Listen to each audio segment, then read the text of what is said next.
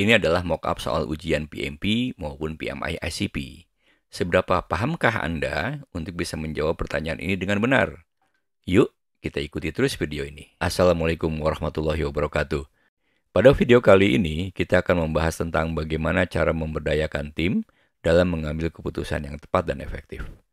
Sebagai seorang project manager atau seorang anggota tim project, mengambil keputusan bisa menjadi salah satu tugas yang paling menantang.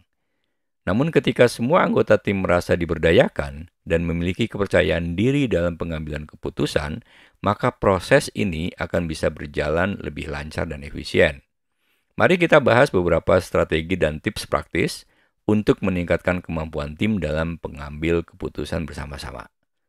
Teknik pengambilan keputusan kelompok atau biasa disebut juga group decision making technique menjadi salah satu ciri khas dari tim agile. Namun tentunya hal ini juga berlaku untuk pendekatan prediktif maupun hybrid. Teknik ini dapat digunakan pada saat pengumpulan persyaratan, menentukan prioritas, melakukan estimasi, perencanaan rilis, perencanaan iterasi, dan saat memilah action item pada saat retrospektif.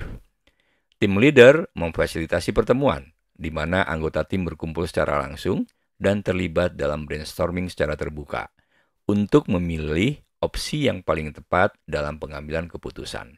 Keputusan yang dicapai dengan cara ini membantu untuk memperkuat kesepakatan, komitmen, dan dukungan yang lebih baik daripada keputusan yang dibuat oleh hanya satu orang saja dan kemudian diberlakukan kepada tim.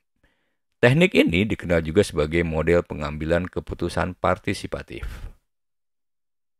Ada 3 gaya yang lazim digunakan untuk mengambil keputusan ketika sebuah kelompok terlibat dalam menghasilkan ide dan pendapat, yaitu gaya komando, gaya konsultatif, dan gaya konsensus. Gaya pengambilan keputusan komando adalah keputusan otoriter yang dibuat oleh pemimpin dengan sedikit atau tanpa masukan dari timnya.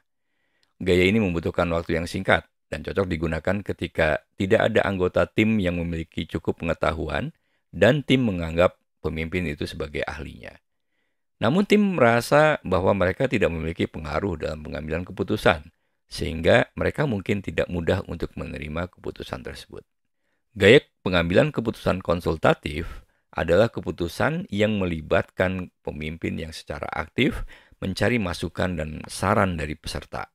Karena anggota tim terlibat, maka kemungkinan akan ada lebih banyak dukungan dalam pengambilan keputusan tersebut. Namun, keputusan tetap berada di tangan pemimpinnya. Gaya pengambilan keputusan konsensus adalah keputusan demokratis yang melibatkan semua anggota tim dalam memberikan masukan, memberikan suara, dan mencapai keputusan akhir yang diterima oleh tim. Keuntungan dari gaya ini adalah peserta memiliki suara dalam pengambilan keputusan dan merasa berkewajiban untuk memenuhi komitmennya karena mereka terlibat dalam proses pengambilan keputusan tersebut. Namun gaya ini membutuhkan waktu yang lebih lama untuk mengumpulkan suara dari para ahli dan anggota tim, serta bisa menjadi proses yang memakan waktu jika keputusan tidak cepat dicapai. Dalam banyak kasus, keputusan kelompok itu dicapai dengan mempertimbangkan salah satu dari 4 metode berikut. Yang pertama adalah unanimity atau kesepakatan bersama. Ini adalah sebuah metode pengambilan keputusan di mana semua anggota yang terlibat dalam pengambilan keputusan harus setuju dengan pilihan yang diambil. Dalam metode ini, semua anggota harus memiliki kesepakatan yang sama dan mendukung keputusan yang diambil. Contohnya, penggunaan anonymity dalam sebuah proyek adalah ketika tim harus memutuskan untuk menggunakan teknologi tertentu dalam pengembangan proyek.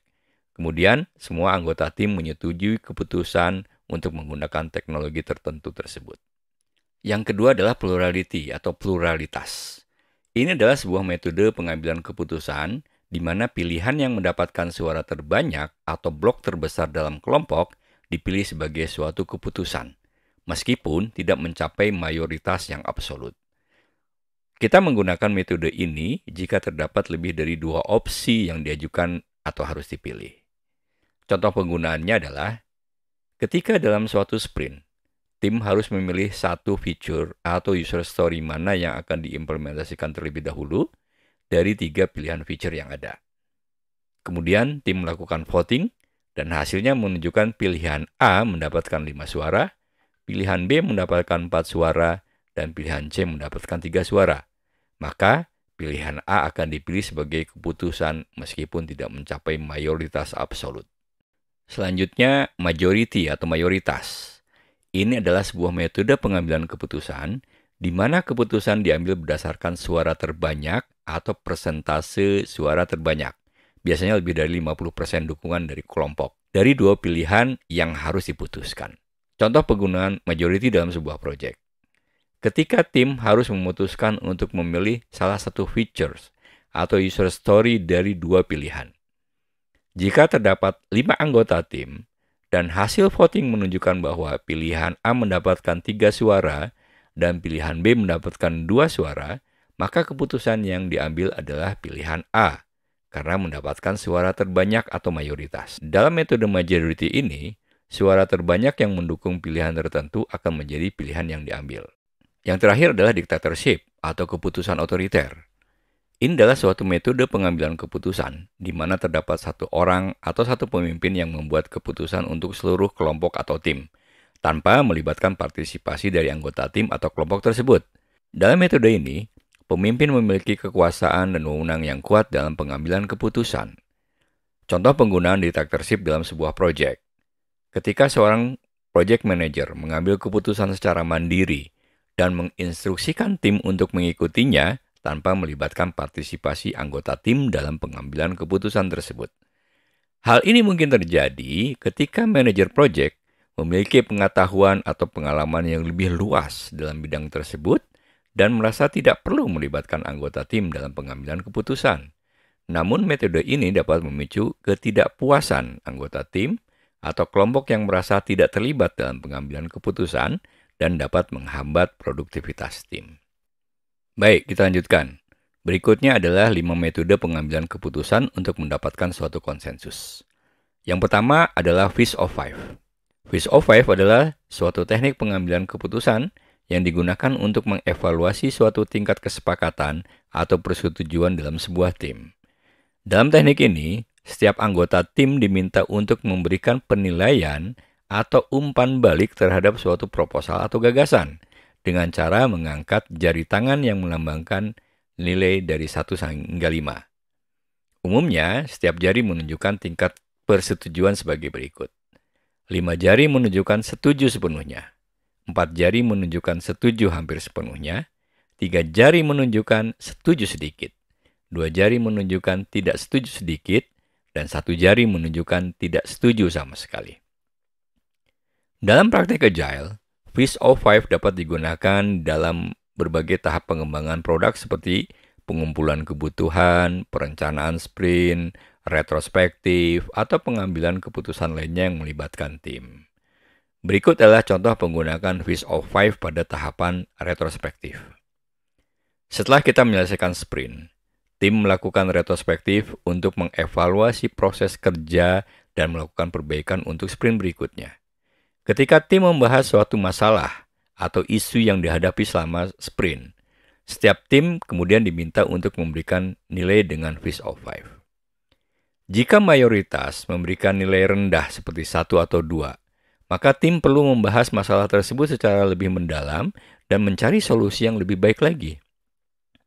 Namun jika mayoritas memberikan nilai yang tinggi seperti 4 atau 5, maka tim dapat memutuskan untuk melakukan tindakan perbaikan atau menambahkan best practice untuk menghindari masalah tersebut pada sprint berikutnya. Dalam praktek Agile, Fish of Five dapat membantu tim untuk mencapai kesepakatan lebih cepat dan efektif, sehingga dapat meningkatkan efisiensi dan efektivitas tim. Teknik ini juga memungkinkan setiap anggota tim untuk terlibat dalam proses pengambilan keputusan dan memberikan suara mereka, sehingga meningkatkan keterlibatan dan partisipasi dari setiap anggota tim. Yang kedua adalah planning poker. Ini adalah salah satu teknik estimasi yang umum digunakan dalam praktek Agile untuk menentukan tingkat usaha atau effort yang dibutuhkan dan membantu tim dalam mengevaluasi kompleksitas suatu item backlog atau user story. Teknik ini melibatkan semua anggota tim dan memungkinkan mereka untuk memberikan estimasi mereka secara kolaboratif dengan menggunakan kartu bernomor 1, 2, 3, 5, 8, 13, 21, 34, 100, dan seterusnya. Penomoran ini berdasarkan pada deret Fibonacci. Setiap anggota tim menunjukkan kartu mereka secara bersamaan, dan diskusi kemudian dilakukan untuk mencapai konsensus. Contoh penggunaan planning poker dalam praktek Agile adalah sebagai berikut. Tim Agile melakukan sprint planning meeting untuk mengevaluasi item backlog dan mengatur sprint goal. Selama meeting ini, mereka menemukan user story baru yang harus diperkirakan seberapa besar effort atau pekerjaannya. Seorang anggota tim kemudian menjelaskan user story tersebut. Tim secara kolektif melakukan estimasi menggunakan kartu planning poker yang sudah dibagikan sebelumnya. Setiap anggota tim memilih kartu dengan nilai estimasi yang mereka anggap tepat untuk item backlog tersebut. Setelah semua anggota tim memilih kartu, mereka membuka kartu secara bersamaan. Jika terdapat perbedaan besar antara nilai estimasi, maka tim akan melakukan diskusi dan mengulanginya kembali untuk menemukan nilai konsensusnya. Namun, jika nilai estimasi yang diberikan oleh setiap anggota tim cukup mendekati, maka nilai tersebut dijadikan nilai estimasi untuk user story tersebut. Dot voting. Dot voting adalah salah satu teknik yang digunakan dalam Agile untuk membantu tim dalam pengambilan keputusan. Teknik ini memungkinkan setiap anggota tim untuk memberikan suara atau memilih opsi atau gagasan tertentu yang paling disukai atau dianggap paling penting. Caranya adalah dengan menggunakan dot atau tanda titik di atas opsi yang dipilih. Ide atau opsi yang mendapatkan jumlah dot terbanyak itulah yang diprioritaskan atau dipilih. Dot voting adalah cara yang cepat, sederhana, dan efektif untuk membantu tim menentukan prioritas atau membuat keputusan. Contoh penggunaan teknik dot voting pada Agile adalah saat tim melakukan retrospektif pada suatu sprint. Setelah membahas berbagai masalah dan potensi perbaikan dalam sprint sebelumnya, tim kemudian menuliskan ide-ide atau solusi yang diusulkan pada sebuah papan tulis. Kemudian, setiap anggota tim akan diberikan sejumlah dot atau tanda titik yang dapat digunakan untuk memilih ide atau solusi yang menurut mereka penting atau perlu diutamakan. Misalnya, jika ada 10 ide atau solusi yang diusulkan, kemudian setiap anggota tim diberikan 3 dot untuk memilih 3 ide atau solusi. Setelah selesai, anggota tim dapat melihat hasil dari dot voting dan fokus pada ide atau solusi yang paling banyak mendapatkan dukungan.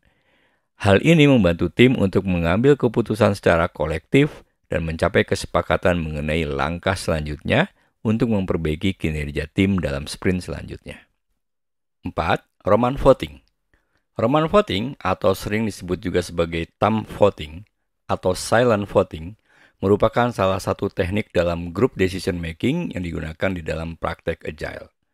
Cara kerja dari teknik ini adalah dengan meminta setiap anggota tim untuk menunjukkan arah ibu jari mereka sebagai tanda persetujuan atau tidak setuju terhadap sebuah gagasan atau keputusan. Jika arah ibu jari menunjuk ke atas, itu berarti setuju atau mendukung gagasan atau keputusan tersebut. Jika arah ibu jari menunjuk ke bawah, itu berarti tidak setuju atau menolak gagasan atau keputusan. Sedangkan jika ibu jari menunjuk ke samping, itu berarti anggota tim merasa ragu atau tidak memiliki pendapat yang pasti. Contohnya, pada saat tim Agile melakukan diskusi untuk menentukan apakah suatu user story harus dianggap sebagai prioritas tinggi atau rendah, setiap anggota tim kemudian diminta untuk menunjukkan arah ibu jari mereka tanpa mengungkapkan pilihan mereka secara terbuka. Berdasarkan mayoritas suara, keputusan akan diambil apakah akan melanjutkan implementasi fitur tersebut atau tidak. Yang terakhir adalah polling. Polling dalam Agile adalah teknik pengambilan keputusan di mana tim memilih pilihan dari beberapa opsi melalui pemungutan suara. Pemungutan suara dapat dilakukan melalui email, platform online, atau dalam pertemuan tim. Contohnya, ketika tim harus memilih antara beberapa opsi untuk fitur baru, mereka dapat mengadakan polling melalui email atau platform online. Setelah semua anggota tim memberikan suara, opsi dengan suara terbanyak dipilih sebagai pilihan tim. Polling juga dapat digunakan selama sesi retrospektif untuk menentukan prioritas item tindakan berdasarkan suara mayoritas tim. Penting untuk dicatat, bahwa polling harus digunakan dengan hati-hati dan hanya digunakan ketika semua anggota tim memungkinkan untuk memberikan suara dengan cara yang adil dan transparan.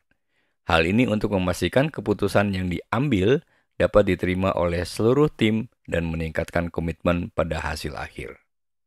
Mari kita kembali pada pertanyaan awal di video ini. Manakah jawaban yang tepat?